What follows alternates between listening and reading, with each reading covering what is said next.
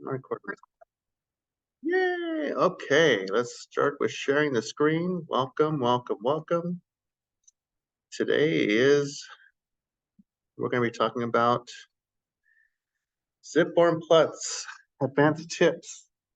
So we have a fill-out house today. All three of you. Thank you. We actually have somebody else who's outside that's on the phone call, so he'll come in just a moment, so that's fine. But we're going to cover just a few things that we haven't touched on in the other classes. Hopefully some of these things will save you a little bit of time when we go over some additional information. Oh, so before I haven't handed out anything yet. So these are the survivors package apparently. I gotcha. So for those of you who attended all three courses, yourself, okay, and then so all of you, I'm going to give you a sunshade. So the sunshade is courtesy of the Orange County. There you go. There you go. Then let's take a first. Yeah. There you go. Now, so we don't feel like the 2 months ago. You say that with 80-degree weather. This what, tomorrow or something? Is it going to be 80? Yeah. So for those who are hardcore and took the 3 classes,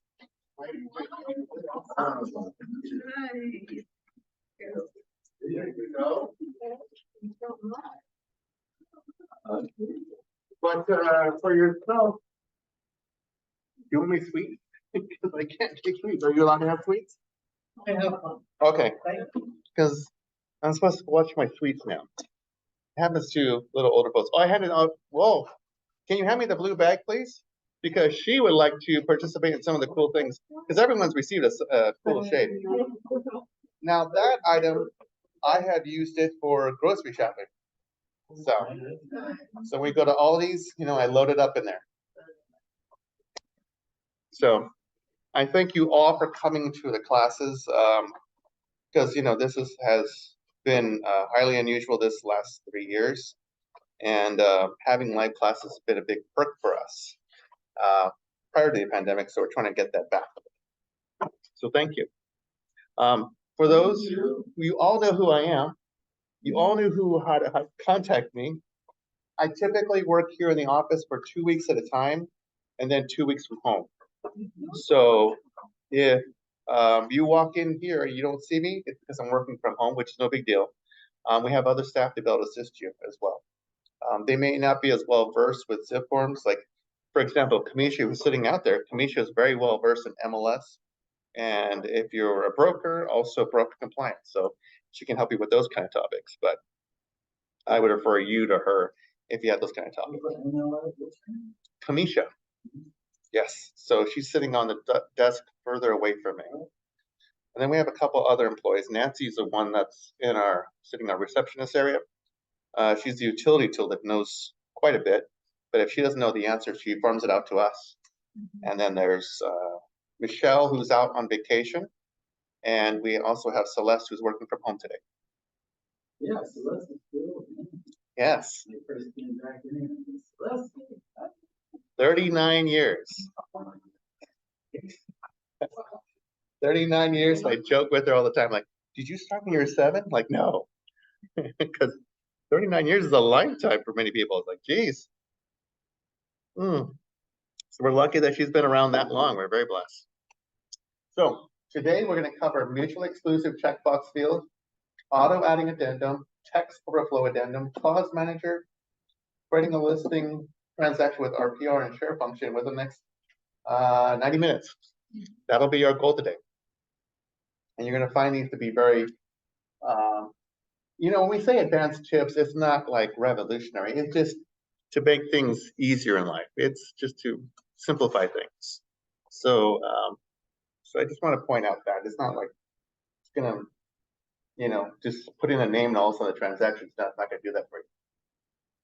So we're going to look at the first thing. Exclusive checkbox fields. If A, not B. So the purpose of this was long ago when we had residential purchase agreements. purchase agreements. And individuals, this is an example. When agents would complete every single section, and some agents would say all cash offers, and then they would fill out the portion that says financing. So like, okay, so it's all cash offer, you can't have financing. So let's take a look at that, how the zipForms is helping us, preventing us from making those mistakes. So we're going to look at residential purchase agreement. We're going to use the forms editor. And we're going to take a look at the form of residential purchase agreement. There we go. So I'm going to scroll down to where it has the information about all cash offer so you can see what I'm talking about. So there it is right here. This is under section 3. If it's all cash offer, here is information about loan information here. See, you see everything kind of highlighted. It's kind of hard to see, but this information is kind of highlighted. I can type in $25,000 if I wanted to, etc. But if I click all cash offer right up there, look what happens to this. Yep, disappears. So I can't do anything with that, so I can't touch it. So if I unclick it, oh, look, it comes back. So it locks you out for making the loan. So there's some fields that are within various contracts that will have that capability of exclusive, mutually exclusive checkbox fields. So you're going to see that from time to time. So like if you click something, you're like, oh, what happened to this? You're like, oh, maybe I shouldn't have done that. You know, maybe you clicked this accidentally. You're like, how am I going to fill this out? Okay, well, I have to look around to see what I made a mistake on, and then you have to fix that up. So that's mutually exclusive checkbox field. The next one is auto adding addendum. I don't know why they chose words with lots of syllables, but they did. So going to the RPA, there's some more stuff down here. And I'm in this section right here. This is going to be page 4 of 16. And this is going to be under other addenda. So other addenda right over here. If you were to check, let's say this one says short sale addendum, look what's going to happen on the screen. Oh, it's going to come up with it. So it's going to automatically add the short sale addendum onto the transaction, which you see right there. So if I click, for example, backup offer addendum. Yep, there we go. It's going to add it to it. So it keeps adding the documents over to it. Now, if you accidentally click it, you're like, oh, I shouldn't have clicked short sale addendum. Well, then it doesn't pull it from the transaction, doesn't pull it from the document list. So you have to remove it. So any errors that you make, you have to correct it. But that's the nice thing about the auto adding addendum. So you see that it's not really a like mind-blowing thing, but it just makes things easier. So that way, anytime you need, if I say I need that probate advisory, it will automatically add it. So it's just adding a step. So it just prevents you getting it. Correct. Because in the past, if you click it, then you have to go, I have to remember to add the PA form. So that's one of the improvements they've had many years ago. The other thing would be clause manager. So let me get out of this. Do you want to save your changes? Actually, correction. Let's go into clauses right here. Clauses.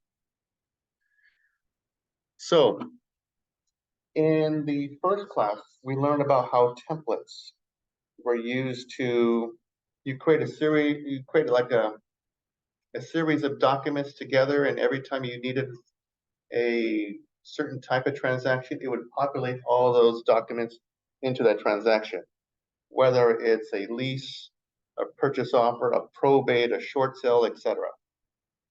The great thing about this clause is that there will be times where you have to put in wording that you have to put in all the time, or there's wording that is specific that is has to be used in a given situation, or wording that your broker has said, every time we do a transaction, you have to say this in this section, no matter what.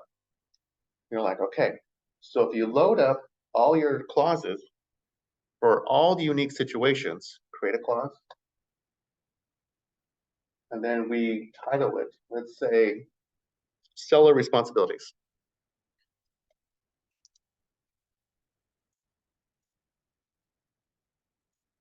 Okay, seller responsibilities. All right. And enter a clause. The seller is responsible for cookies at time of closing. Hopefully, none of you will do that in a transaction for a client, but it's just showing you how to use the software. So, where does that do? It's created it just created a clause which you're going to populate somewhere. Let me create a second one for you. So if I create a second one, and this is what the buyer responsibilities are. Buyer.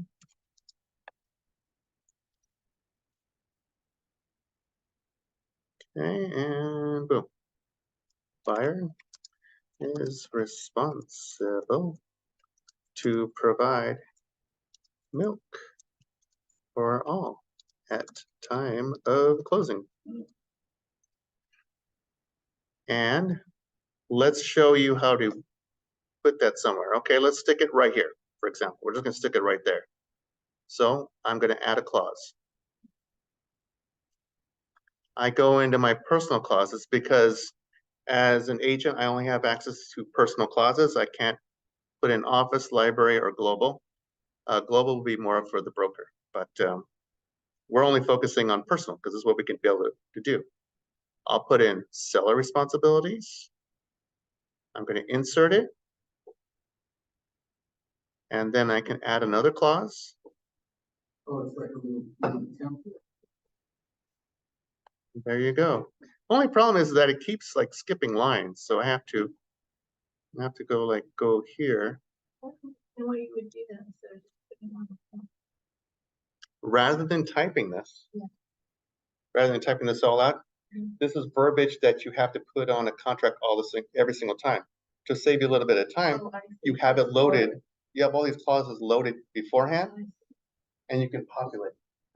So if it's more detailed, like in a situation where it's, home warranty plan chosen by buyer coverage includes, but it's not limited to, and you have a lot of detailed information to put in there, you'd populate it right there. Rather than going to, okay, what's the right wording my broker told me to put in? I know I keep calling my broker and he's gonna kill me if I call him one more time. If you load it as a clause, you don't have to worry about it again. So you just spend the extra time and energy by creating a bunch of clauses Mhm. and label it correctly, and then you can populate whenever you need it. In the beginning, the first In this section, all you're doing is, because all I showed you was we pulled up the document. I have the parties involved, I have the forms involved, there's a listing information, and then I skip down to clauses. And then I was able to create a clause. Now there's a different way to create more clauses, and I can show you that right now. So let me get out of this altogether. If you want to save your changes, no. Get out of it.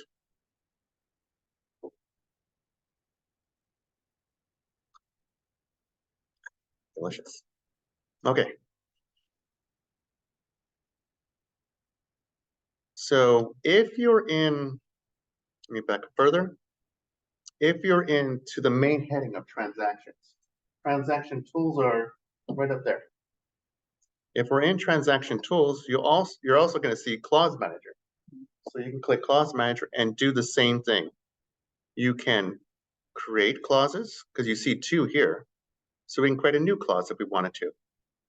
I have categories that I've already created, but I can put buyer and then get out of it. Clause title will be,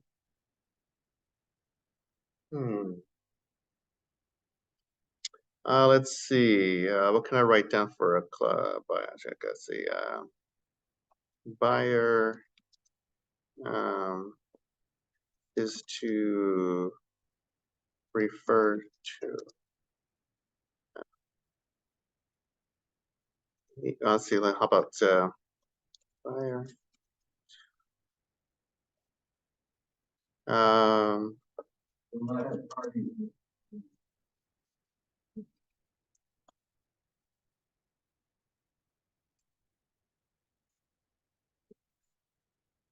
Yeah, buyer will not be on property until day after closing. How's that? You know, your situation, of course, is going to be different. Your scenario will be totally different. If I go into, so after loading up all the clauses, I go into the transaction again. If you have 3 or 4 different. You can load them all up if you wanted to. You can choose. Yes, It's not going to go by itself. correct. Because you have to look at the document. Let's see, we're going to look at the document in the new form editor.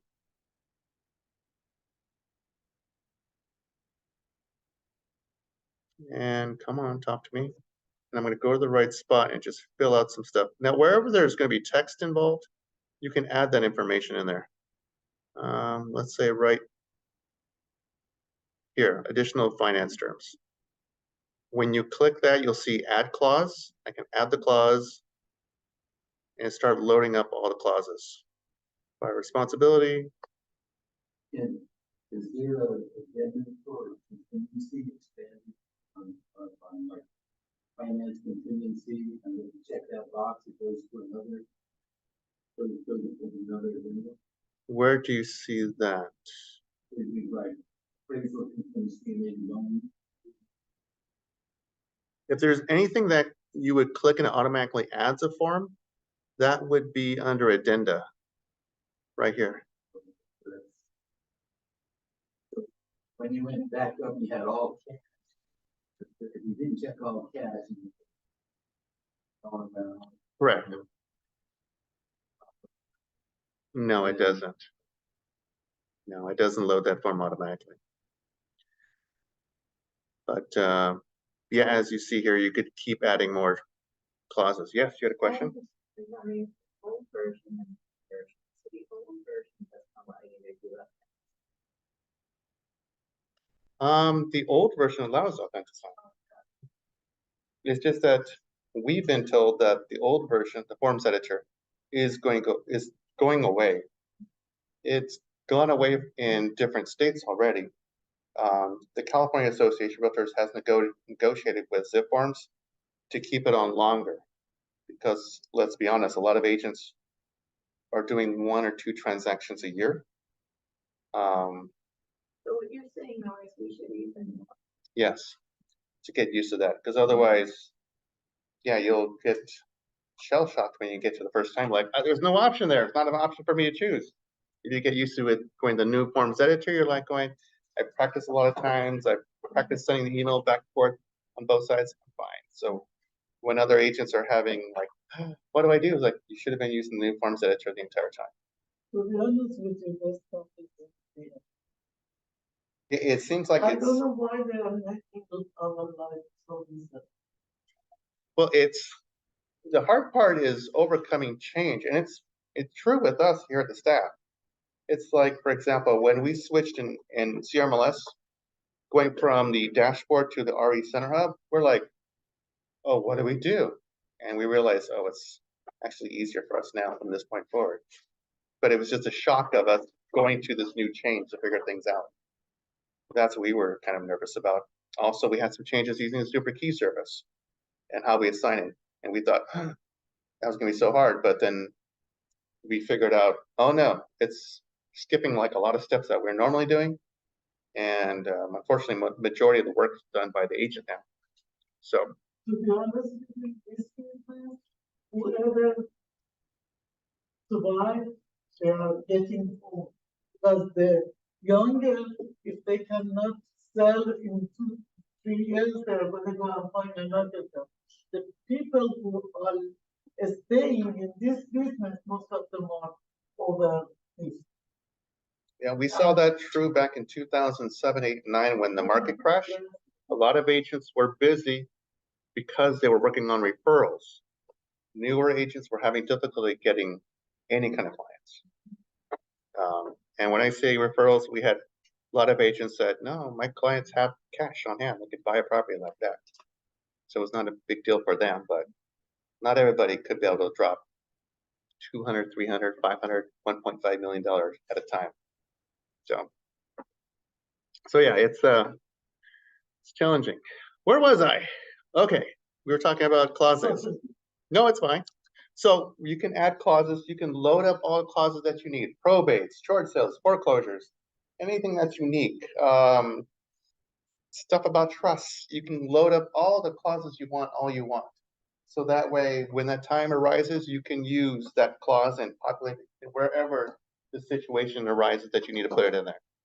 So I would say, do take your time learning what clauses you'll need in a given situation. Go through the contract line by line, and you can work with your broker to find out what clause you prefer to put in this section here, and you can load it up automatically.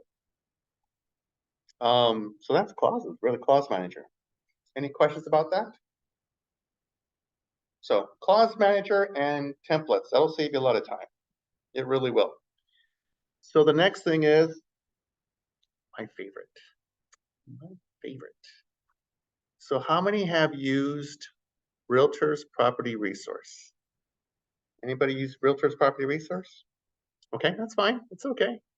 How many have heard of Realtors Property Resource before today? Okay, yes, okay. So when you log into zipForms, not log into zipForms, log into, let me go into my RE Center Hub. Let me log in real quick.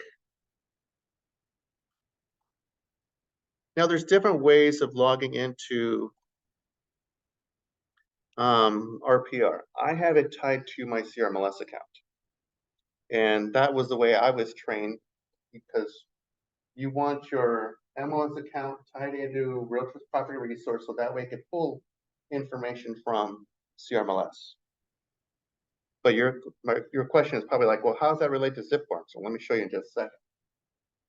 So when you go into the Realtors Property Resource, you're going to need your 9-digit National Realtor Database System ID number, which you can get either from our staff here, or there's a way online to get that information.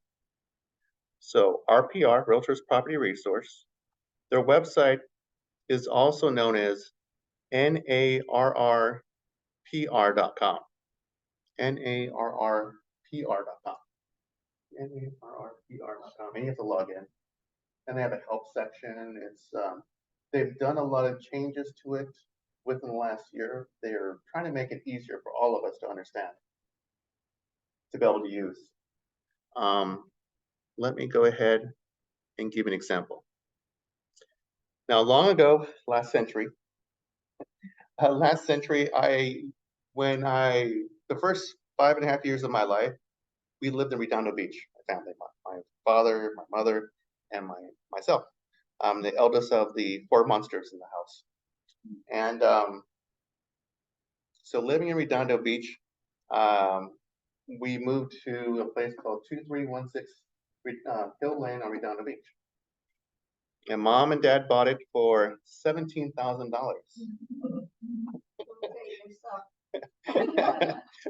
You're like, your eyes just came out of her head. You're like, what? 17,000 in Redondo Beach?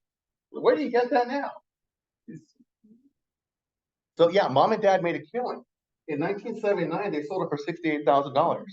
So that was a lot of money, because they went from moving in 67 and leaving in 79. That was 12 years. So they made from 17,000 to 68,000. So they had a pretty good return on it. And this was when, from what I've been told, interest rates were still double digits back then. So it was pretty expensive.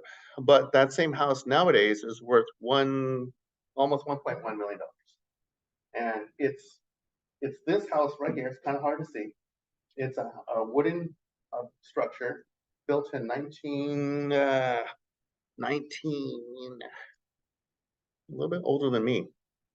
Let's see, 1936. The crazy thing, the dimensions, I mean, the information it shows, it's 5 bedrooms, 1 bath. So if that's true, if you live there, you're waiting in line to use the restroom. So that's kind of crazy. But if you're representing the seller, you can make changes to here, and it will reflect in the change of the value of the property.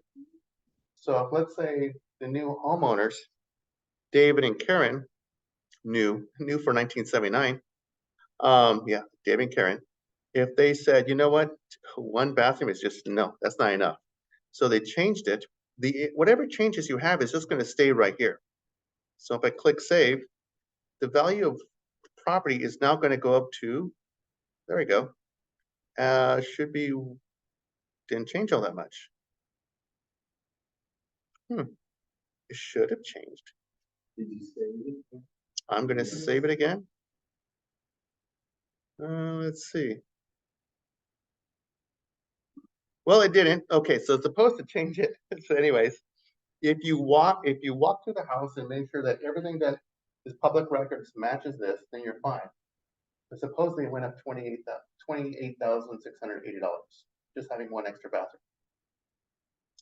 RVM, realtors value, gosh,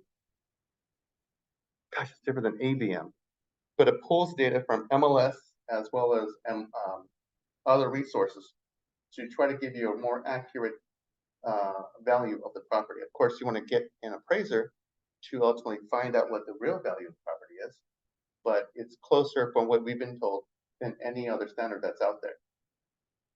So, Realtors Property Resource, how to use it to help you. And by the way, here's some more information about it. The house.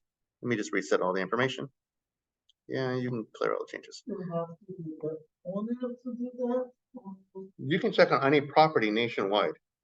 So any property nationwide, you could use RPR. If you want to find a home in New Jersey, Wisconsin, you can do so. The only hiccup would be, does the MLS service in that area data share with RPR, so that way you can get more information. At the very least, it'll pull in tax information. So with, One of my listings, whenever I live, sure, instead of 2 bedroom, it shows 4 bedroom. excuse me. Instead of $960,000 value, it shows 1 million for, and I don't know how to correct it. Even Zillow, everything is, I believe the public record should be the first start to update. If it's really 4 bedrooms and you have only 2 bedrooms, I think it starts with the public records. That's if it was permitted to do the changes. so we cannot do that. This is just from your side. You can be able to do, it only saves your information here so that, and no one can be able to see it unless you were to share it with somebody. And it's not public record. All the changes you make here is like you're walking around the property, it's like, okay, they have an unpermitted patio, well, okay, and that's X number of feet to the property. They added another So garage. what is the use of That gives you a more precise value of what the value of the property should be. But again, you want to have make sure you have an appraiser double check that as well. Where do they pull their data from? Public records as well as MLS. So they look at public records, even because, you know, Smart valuable than I would say use all your resources hand in hand. So that way, when you do a presentation to your client, you could be able to say, you know, this information was pulled, well, from your back end. You'd be like, I pulled this information from RPR, I pulled this from realtors.com, I pulled this from CRMLS, I pulled this from Realist Tax, etc. So you're just, when you do that presentation for your client, you have all that information readily available to knock them out of the park. Just like, wow, you have all this data about my home. And I've been here the whole time since 1979. David and Karen. It's 44 years. Oh, so there's their information, husband and wife, trustee, etc. So you have all this information, seller and financing, cetera, et cetera, et cetera. And honestly, the weird thing about this home is that I think it's the only house that doesn't have a 2-story. Everyone else built up. Yeah, well, they're gonna stay, I think they're gonna stay there forever, but we'll see. So how did we use zipForms to work with this? So we're gonna scroll down just a little bit. Let's see, there it is. Additional resources, value it. I don't know, because I don't play with that, but I play with zipForms, transaction zipForm edition. So you're having a conversation with David and Karen. They're thinking about selling because, well, they wanted to move to Palm Springs to get a little 2-bedroom gondola out there. So you're going to say, start a new zipForm transaction. It's a listing. Transaction created. Now, your process, if you're using this for the first time, it's going to ask you to log in with your California Association of Realtors user ID and your password to link your zipForm account to it. But once you do that, it's going to give you the screen that says go to zipForms. Now it takes a little bit of a pause. You're thinking, it seems like a bit of time for it to do the next step. You're like, are you working? Are you stalling? Are you taking a nap? But no, eventually goes through it. So just be patient. And you'll see that you're back in zipForms. You'll see that you're in a transaction. This is the summary section, and you're going to now input information into here. But a lot of it's already put in here already for you. The school district, the street address, what county, legal description, etc. You put in listing information, whatever you need to include there. That way it populates all the way through to all the other documents.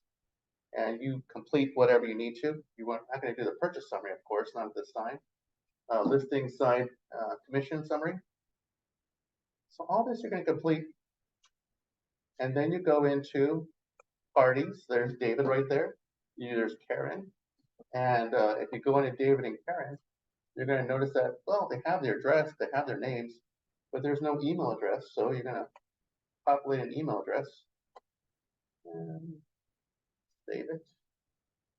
If they were represented, if this was a trust, then you have the person signing on behalf of that trust fill out their you fill out their portion there. And Karen, hello Karen, not forget about you. You're important too.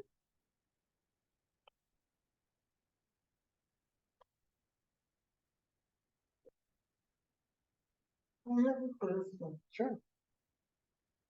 If your client, minister, would you put their name and trustee name or just trustee?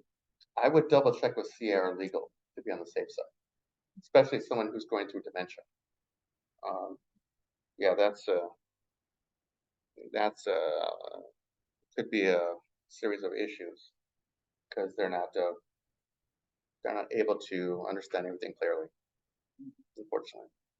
But they have trust.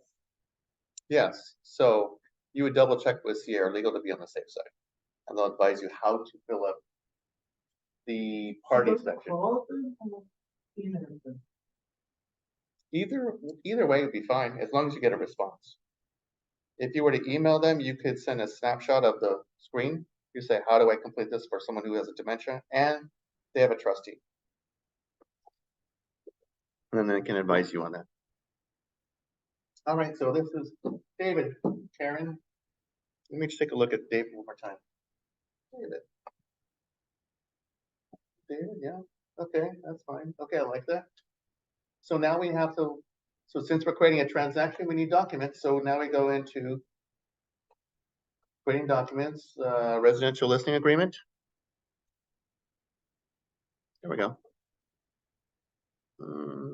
Whatever else. Anthony was talking about a TDS and SPQ. There we go, SPQ.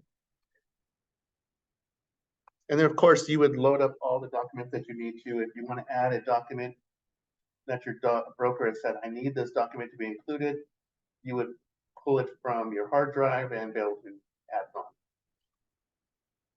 Oh, that's not what I wanted. There we go. Huh.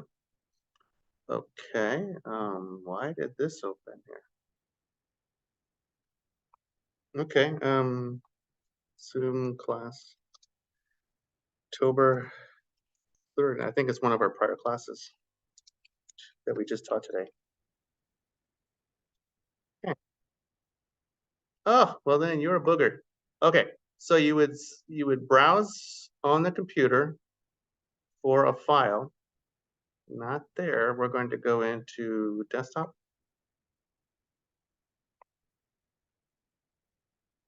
And we're going to find whatever document that we need to be included. Say proof of funds. There you go. It doesn't apply to the listing, I know, but any document that you need uploaded that the broker has said, I need this included with this transaction, you're going to go through this process if it's on your hard drive, etc. And the proof of funds, you're going to see it's very meticulously created. We took a lot of energy to create this one document, as you see, that my soon-to-be 11-year-old, actually 11-year-old now, has completed. So. Yeah, so that's it right there. So if you wanted that, that's their part of that transaction. You can put all your notes in there as well. Notes would also go in there. If you want to create checklists, who's going to check what, that'll create your calendar here. But looking at documents, going back to documents, we have residential listing agreement, transfer disclosure, seller property question map. And if you pull up this one, you will see that the form will be right here. And your clients are going to be able to sign it. Of course, you want to go through the process of making sure everything's correct, everything's filled in as well. So that's how you create a transaction in Realtors Property Resource. And there's a lot of other, I just skimmed the top of what Realtors Property Resource can do for you. I would recommend that you spend more time learning more about how to use RPR for whatever transactions that may come your way. So, any questions about RPR? Okay. So let's see. We're flying through this class. 3:37. I'm gonna be out before 4 o'clock today. Okay. Let me get out of this screen. So you want to save your changes? Yeah, sure. Okay. Get out of it.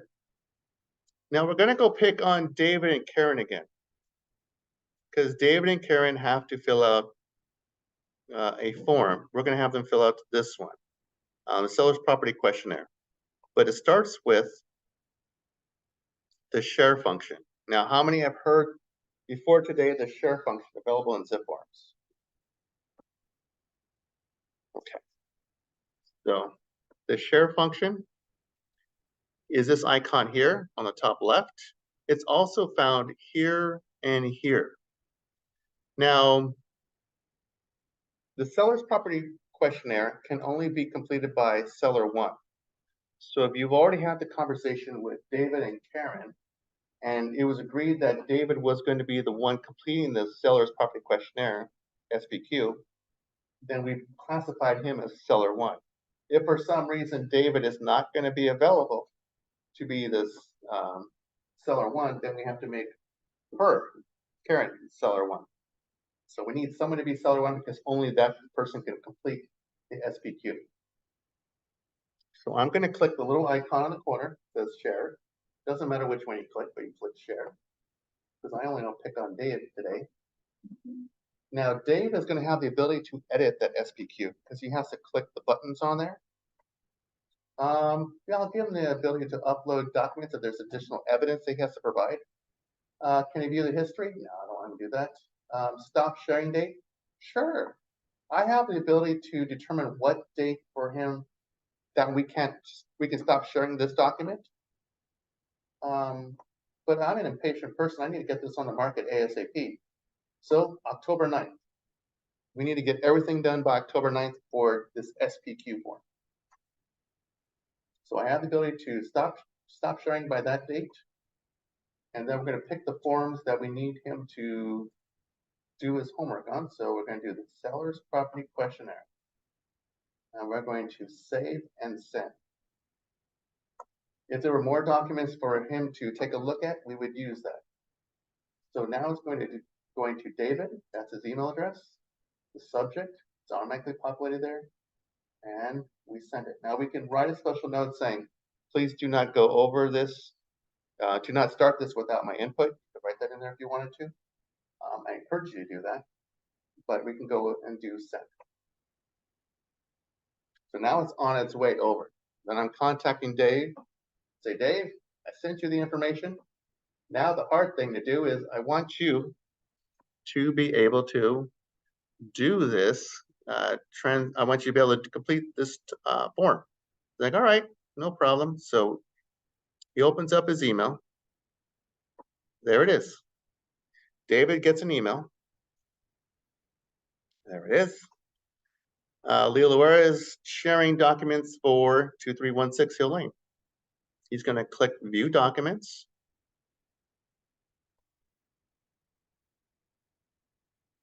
Move that to the side there.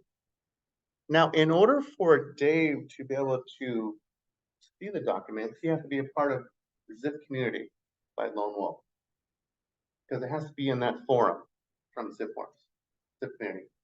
So that's Dave's name. He's a seller. By default, they chose his username and he has to create a password. Let Dave know to pick a username and a password that's easy to memorize, because ultimately he's going to be the only one with that information. We don't recommend to use Facebook nor Google+, because we know that Facebook and Google+ will have the ability to see that a transaction of some sort related to real estate has occurred for David, but they don't need to know that information. Let's protect our client and have our client fill out this information. In fact, I would say, Dave, since you've been living at this house for more than 40 some years, write it on some kind of piece of paper and put it on the fridge. So that's his username. That's gonna be the password. I'll create a password right now. One number, one letter, a mixture of uppercase, lowercase, have one special character. Okay, so I go.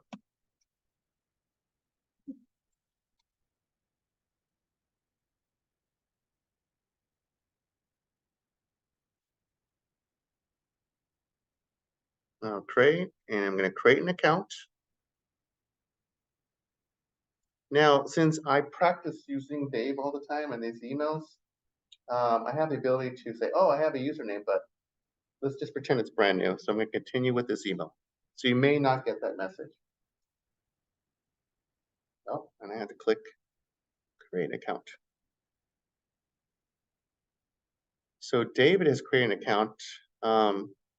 First thing is he has to agree to the terms and conditions to the end user license agreement. So you could print this out beforehand, so that way you can review it with Dave.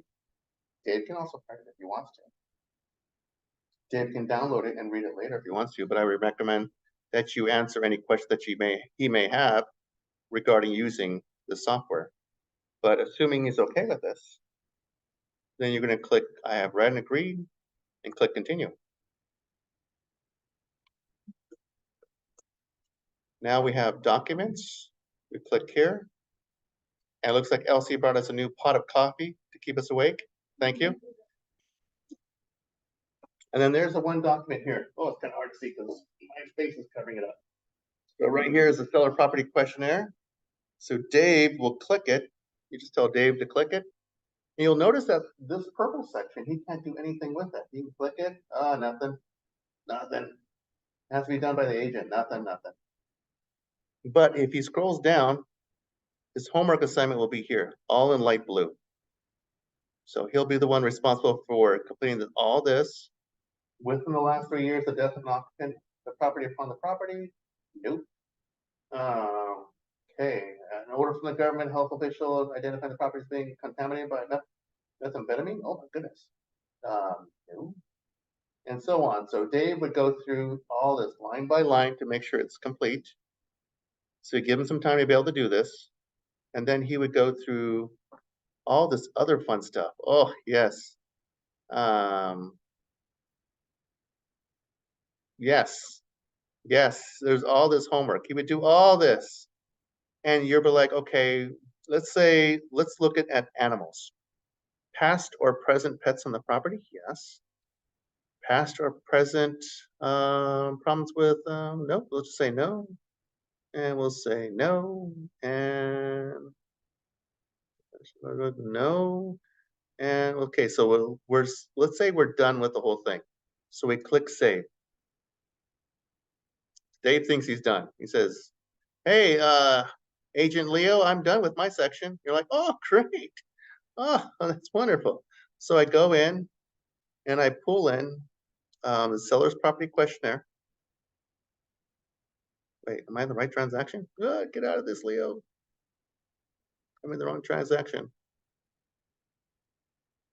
I go into the transaction, look at the seller's property questionnaire, and I will see that, yes, any day now, show me the documents. Show me the documents. Show me documents. Show me documents. Where's my documents? Well, that's embarrassing. Okay, so how come I can't see documents? Documents. There they are. Don't know why I couldn't see them the first time. So if I open the document in the form editor,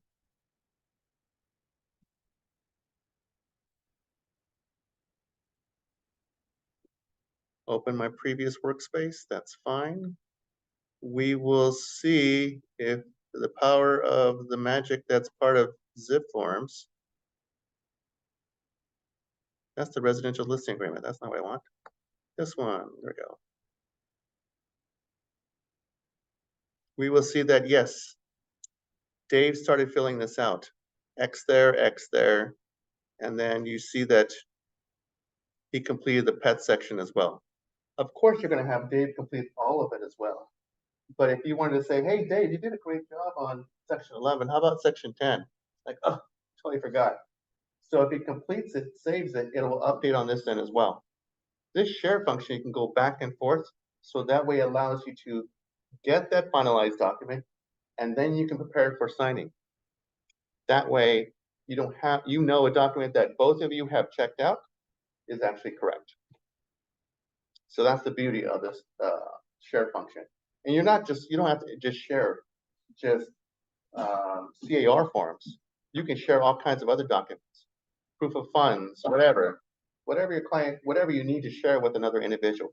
You could share your documents with a mentor, and your mentor will see, okay, I see where you're at, Leo. Thank you very much. These are recommendations I'm making to you to improve this transaction. Are you trying to? Oh yes, you could share it with anyone. How you trying to? In this case, you go to buyer and click on the share button and you share everything with that person. What about your advisor? You can create another share function because you have to add your advisor as a contact in your transaction. Click the icon to share whatever documents you want with that individual. Just be mindful, it's somebody's information you're sharing, but it's secure. It's secure on both ends. And while you and that advisor sharing together, or just you and your buyer and you and your advisor? Let me put it this way. You could share a recipe for cinnamon dolce latte with multiple people if you wanted to. And the same thing is true with the contract. You could share that contract with multiple individuals. So that way all of those individuals can review it and say yay or nay or make suggestions to improve upon it. No, you didn't get my point. Oh, Say for example, I'm your client. okay. You are sharing with me and you are sharing with somebody else. Yes. Am I going to be able to share with you two, or you are sharing with me and you are sharing with that person? because I'm sharing with you and somebody else, we all can view the same documents at the same time if we wanted to. But sometimes you don't know, the buyer knows somebody else is telling him what to do. So then I That would, is my point. then I could do a separate sharing just for you, and then finish that sharing session with you, and then do a separate sharing session with that individual. So that way it's like, okay, this is what my client and I have worked out. This is what we agreed upon. These are the terms. Now you can share those documents over to a listing agent or another agent or a broker, etc. And it goes from there. So that's the beauty of sharing. So that's the funny thing. So people, you can share anything. I'm like, when I asked Anthony about it, like, you can share recipes with people? Like, yeah, you can share anything. Oh, wow, okay. But you don't want to abuse it, really. I mean, I can't abuse it. You shouldn't, but I can't stop you. It is part of, whatever you want. So that is the share function within zipForm. So I would say practice sharing to a fictitious client. So that way you can see as a client and yourself what you're sharing. You can create two individuals sharing at the same time, because perhaps you need to share this information to Dave and Karen at the same time. If you want to do that. I've never seen that. I've never seen that before. So within the transaction itself, yeah, you see the three people there? Yeah. And then up there as well. Yeah. So is this, I never noticed that before. it's, There's so much that I don't know. yeah, it's crazy that when I learned, I'm like, oh my gosh, it should have been around like forever. Me too. I learn a lot. Yes, Chair.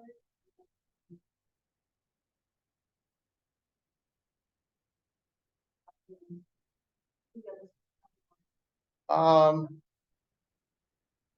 can you share? You can share with your client and the listing site as well. There's nothing stopping you. It's really, you have to define the individuals within the transaction. You put the parties in there.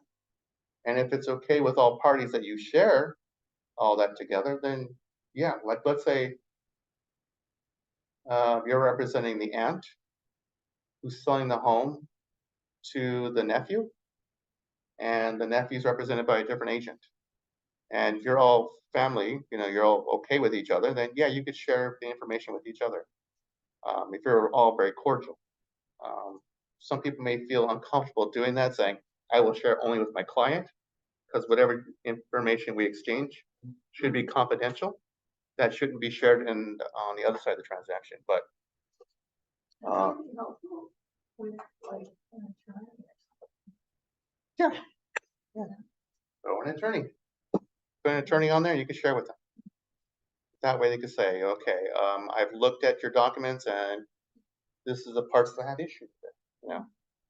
We can't have the seller make cookies all the time. It's not fair. That kind of thing. Yeah. So yeah, somebody has to make tacos and somebody has to make the salsa. It's not fair. So that's really some of the tips that we have put together to teach you how to use zipForms. And hopefully it'll save you a lot of time and energy. Because had you done the way that Anthony had recommended, I would send the SPQ to David. David would fill out all the information on that SPQ form, crossing your fingers that he doesn't make a mistake. And then if he doesn't make a mistake, great, he signs it, and then it's a form that is complete and ends up in here, in your documents, completed form. But if David makes a mistake and skips something, then we have to do it from scratch. Yeah, so it's like back and forth, back and forth. The beauty of it is you're not telling your client what to fill out. You could just simply say, there's a section here that's not complete. Let's just verify if that's true. And like a TDS, do you have water at the house? Like, yes. Well, on the form you said there's no water. Like, oh, sorry, I got click it. Okay. That kind of thing. So I say practice, practice, practice, practice. Any questions with anything that I covered today? Happy New Year. Um,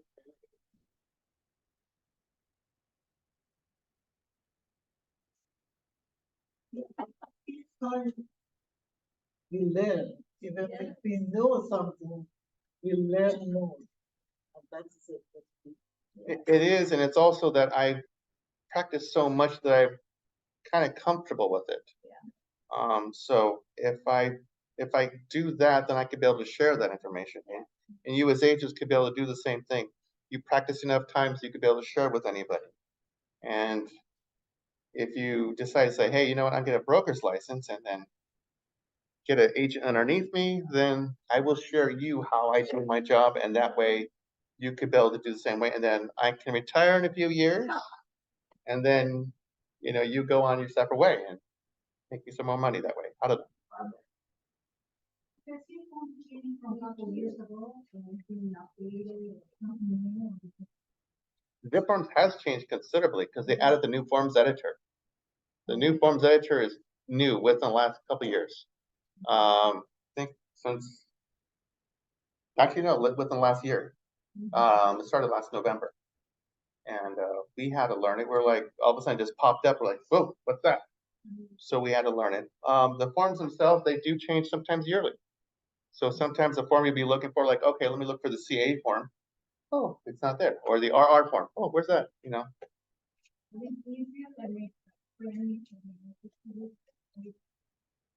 The goal is to make it easier for realtors, but sometimes we're talking about computer savvy individuals who are thinking they're making it easier. You're welcome. Good to see you today. Have a great day. You're welcome. They're trying to make it easier for you, but they may not know how to speak your language the way you're comfortable with. They know how to speak computer speak. And you're like, you get to a screen, you're like, I don't know. I need someone just to translate that to English for me. So yeah. Trust me, it happens from time to time. But any questions regarding anything I've covered today? I know it's a lot if you stayed for all 3 classes.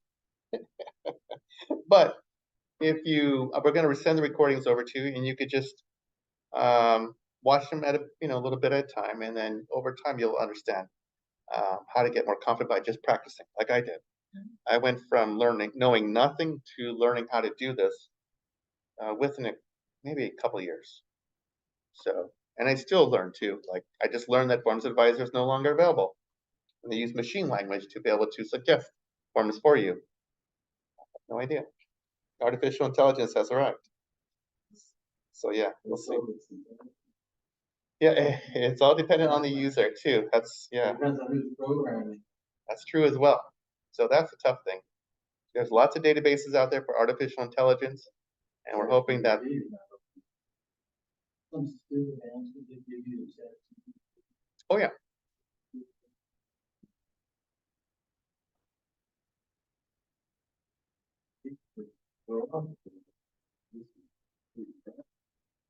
The thing that I use with ChatGPT is when I write a sentence or write a paragraph, I ask it to rewrite it for me. I'm not revealing anything confidential when I do that.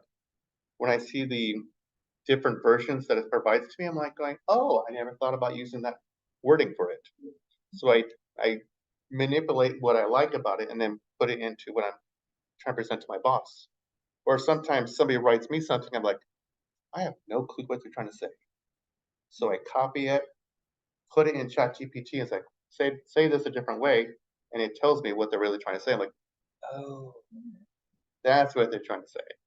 It's not very personable. I mean, it's so. Me, I've done direct marketing, copywriting, stuff, so it's more than most of them.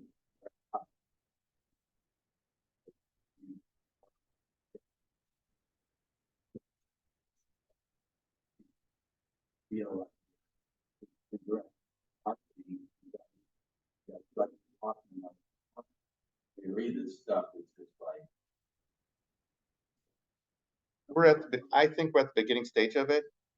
And as it progresses, it's going to be easier to use. Like when we thought Siri and Alexa first came out, we're like, wow, that's so amazing. Now, if you marry that with the AI technology, I think it'll be a lot easier. Now, my concern is for my 11-year-old, Is he gonna be able to think on his own, or is he just gonna depend on AI, Alexa, Siri to give the answer to it? Without doing their own research. Correct. You know, but they'll always use Google themselves. Because the problem with that, it cuts your creativity, and as a realtor, you have to have your creativity, because when you're in a situation, you gotta come up with a solution. Rather than being dumbfounded, like, I have a no answer when I wanted a yes answer. What do I do? I'm stuck. You So know, many people don't use Siri because of that witness which they did in the court 3 years ago. but what weakness was that? That Eh, it listens in on people? Somebody murdered somebody. Oh, yeah. You remember? And the Siri recorded everything. Oh, Then in the court, they was It's like don't have a parrot, if you're gonna kill somebody, it's a parrot. Don't kill me. Yeah. Yeah. Nobody's using. well, I use it from time to time, like, what's the weather today? What's another way of saying this? How old is so and so? But listening it all the time. Oh yeah, because it has to. It's waiting for you to ask, like, call for it. I gotta go. Thank you for coming in. Everybody, thank you for coming Thank in. you so much. I appreciate you coming in. If there's any questions, feel free to reach out to me. I learned a lot. Thank And I have a flyer for, you've already received the flyer for the, if you have questions regarding, what do I do if Leo's not available? you. So, you're gonna send me the 3 of them, although I was going to be careful. Yes, I have. Thank you so much. Because I want everybody to get an understanding of like how to use zipForm. Ultimately, my goal is to reduce the number of questions that you're gonna have. Because you're gonna need help, like when it's Saturday night and you need to finish it by Sunday night as well. So I want that information to be readily available to you. What can I do? You have to kind of twist it, I think. Yeah, that's. I remember, like, I had one of those in my car, and now I just throw it in my back seat a lot of times. They just like, oh, it's back there. And the meeting for